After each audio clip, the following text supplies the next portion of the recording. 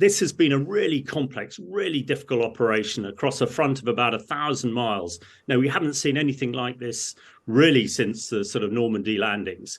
But we know with the Normandy landings, and we know with other similar battles, once you make a significant breakthrough and then have the military capability, in other words, the armor, the artillery, and the logistics to be able to push through, and the amount of damage that Ukraine's done to Crimea that is really been written down. We also know that the Russians don't have a strategic mobile reserve, and the conscripts on the front line, the Russian conscripts have really had enough. The war in Ukraine has seemed rather stuck lately and rather out of mind. But in recent days, Ukraine has made some eye-catching strikes on Crimea in particular.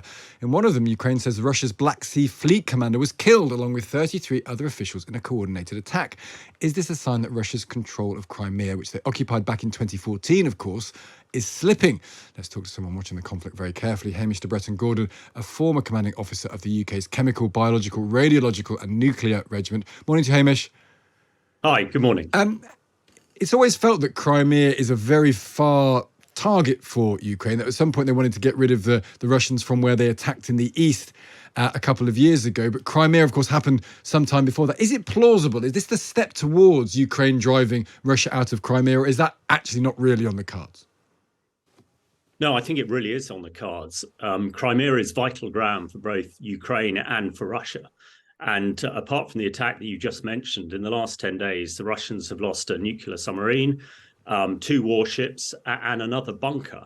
So Crimea is almost becoming untenable for the Russians. One also considers that grain ships are now moving regularly from Odessa and other ports in Ukraine to the Bosporus and out.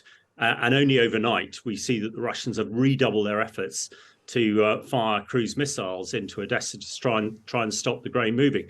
So I think for people like myself looking at it, it seems that the Black Sea Fleet is now ineffective. And if we look at, say, the British Navy, the Royal Navy, if the Portsmouth headquarters was attacked and the amount of casualties were created that we're hearing of in Sevastopol, the Royal Navy would cease to exist in any sort of viable fashion. So I think Crimea is absolutely crucial, and a whole host of other things are happening.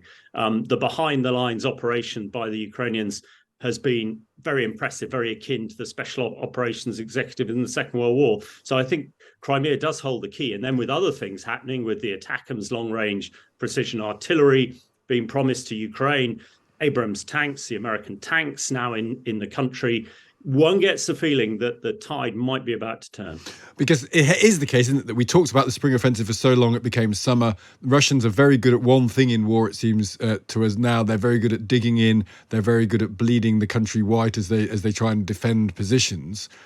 So it's felt like this has not really happened. The Ukraine war got stuck in the mud and people started to lose interest. The politics is shifting a little bit.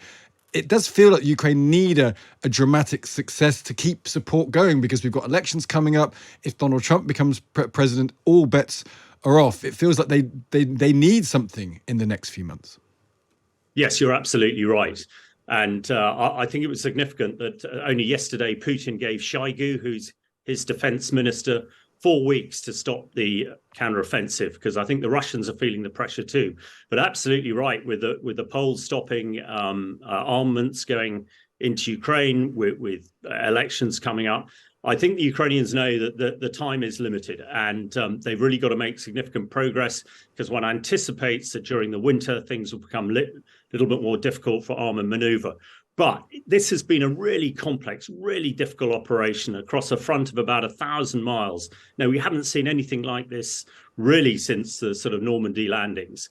But we know with the Normandy landings, and we know with other similar battles, once you make a significant breakthrough and then have the military capability, in other words, the armor, the artillery, and the logistics to be able to push through, and the amount of damage that Ukraine's done to Crimea that is really been written down. We also know that the Russians don't have a strategic mobile reserve, and the conscripts on the front line, the Russian conscripts have really had enough. So hopefully, with the added emphasis of the ATACMS, Abrams, Challengers, and the effect that the British Storm Shadow missile is happening, then that breakthrough hopefully might turn into a torrent in the next sort of 4 to 6 weeks. That's positive news. Hamish, good to speak to you. Thank you for joining us.